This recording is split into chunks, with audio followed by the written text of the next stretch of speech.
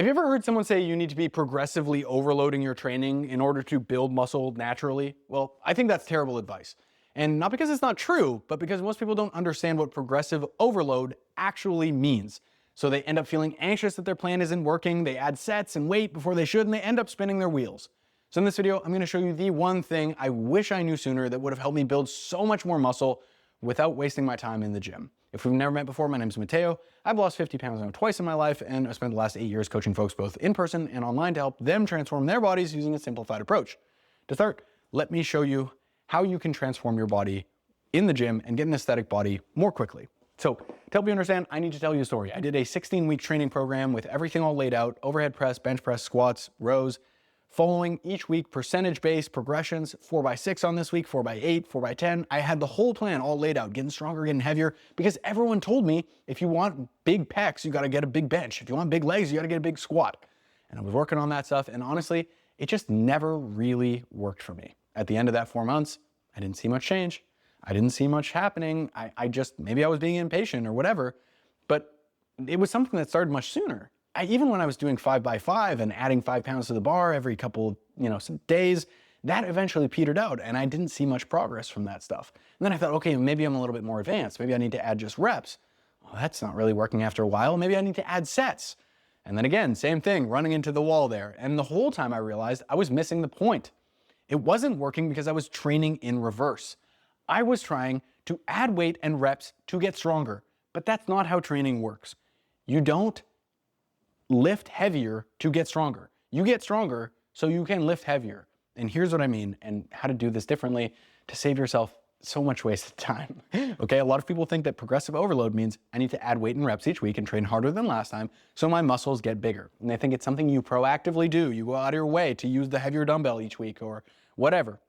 When in reality, you, my friend, are just along for the ride. Your body is going to adapt the way that it does, and you can only ever go in and do the best that you can. That's because overload doesn't mean doing more. Overload is, by definition, a stimulus that causes your subsequent adaptations that stretch your capacities in the gym. Meaning, if you go into the gym and train sufficiently hard on the bench press, you are going to tell your body that it's time to get bigger pecs so that you can bench more weight in the future. That's what overload actually means.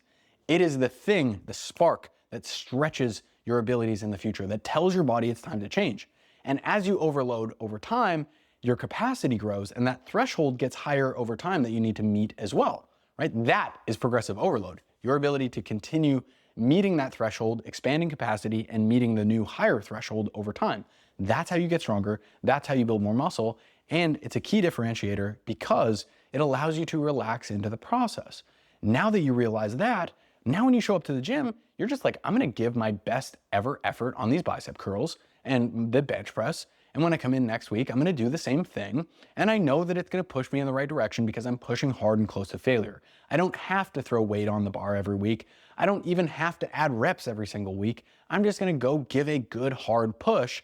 And then I'm gonna keep on doing that every single week and collecting all those gains along the way. Because as you keep giving a harder and harder effort and your capacity keeps expanding, guess what? Those performances get higher and higher. So you're gonna see it as the push and the proof. It is the push, the spark that gets you stronger in the gym. It helps you build more muscle. And it's also proof, the indicators that you are working in the right direction. When your performance goes up over time, guess what? You're building muscle, you're getting stronger. So now that you know you're just kind of along for the ride, how do you actually push to meet that threshold time and time again, even as it climbs? Well, the first and simplest way is just to keep adding reps at a given load. So if you're machine chest pressing 100 pounds for 10 reps, you are just gonna aim to come in, train as close as you can to failure. And if you can get 11 reps, amazing. If you do 10 reps, that's great too.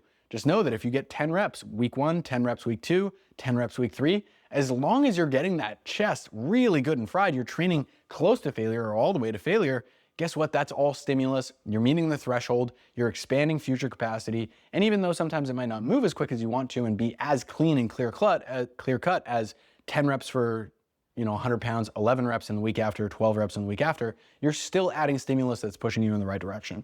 Just the same way with weight loss, when you start eating in a calorie deficit, it's not like you're 200 pounds on day 1, 199.9 on day 2, 199.8 on day 3. It just doesn't work that way. The body's a biological system. It's not a machine that's just input, output. You have sleep, you have stress, food, training fatigue, all this stuff. You will see over time that the adaptations are happening as long as performance keeps increasing. So that's one thing you can do, is just add reps. And once we've added an adequate amount of reps and you've gotten to the end of your rep range, wherever you want to train for that machine chest press, let's say you're cutting it off at 15 reps, now we're going to add 5 pounds and we're going to go to 105. That may naturally knock your reps back down to 10, 11, 12. Cool. Now we're at 105 for 11, 12. You're going to keep adding reps until you get back up to that 15 mark, right? And then we're going to add weight again. So that's another thing you could do.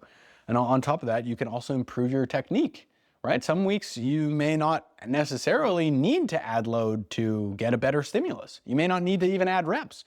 What if you just went a little bit deeper, or you had a little bit better chest position to really load up the pecs the way you want them to, and they got crazy sore and smashed and worked that day? Well, that's extra stimulus, right? You're putting more mechanical tension through the pec. You're demanding more from it.